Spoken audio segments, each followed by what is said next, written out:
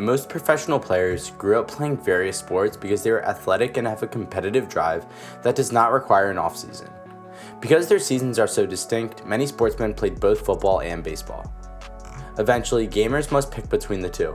While most stick to their preferred spot, certain flexible sportsmen have excelled in both, and some have actually pulled it off. Up first, we have Tom Brady to the Montreal Expos.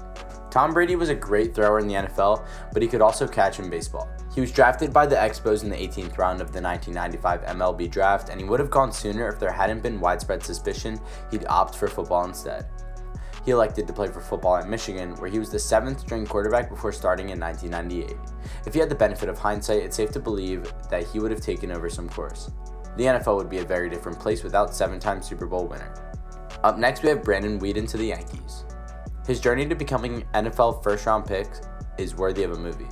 Considering his NFL career lasted less than the time it took to take a 90-mile-an-hour fastball to reach home plate, we won't be seeing that movie anytime soon. Weeden was a highly regarded baseball prospect who was drafted by the Yankees in the second round of the 2002 MLB draft. In 2012, the Browns selected him in the first round of the NFL draft, making him the oldest player ever selected in the first round. Up next, we have Deion Sanders to the Kansas City Royals. Sanders is perhaps the best dual-sport athlete ever. Having spent 14 years in the NFL and then 9 in the MLB, he was one of the only athletes to play in both the Super Bowl and the World Series. That following week, he was the only player to record both.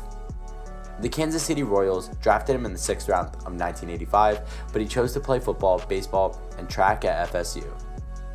The New York Yankees chose him in the 30th round of the 1988 MLB draft. He used baseball as leverage in a contentious contract battle with the Falcons, who chose him 5th overall in the NFL draft a year later. Up next, we have Russell Wilson to the Rangers. Russell Wilson's size was an issue during pre-draft process. However, he was a high-potential baseball talent who was twice drafted. 41st round pick draft by the Baltimore Orioles in 2007, he chose to continue his schooling at North Carolina State University, where he played both sports. The Colorado Rockies drafted him 4th overall in the 2010 MLB draft, and he spent 2 seasons in the minors. Up next, we have Bo Jackson to the Royals.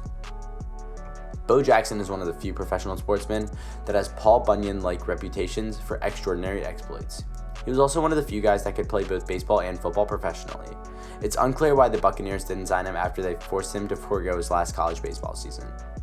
He was instead drafted by the Kansas City Royals in the 4th round of the 1986 draft and played most of the year in the minors before being called up late in the season.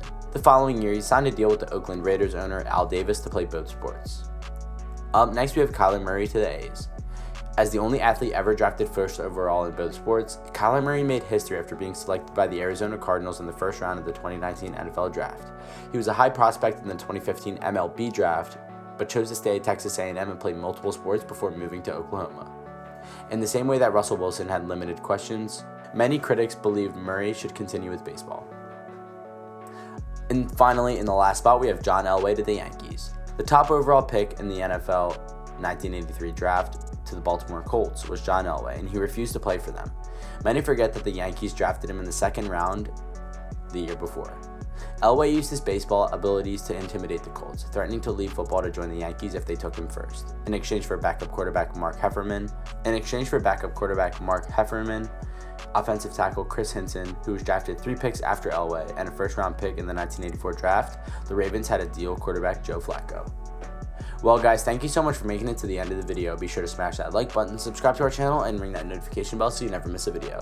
Thank you guys for watching, and I'll see you guys next time. Peace.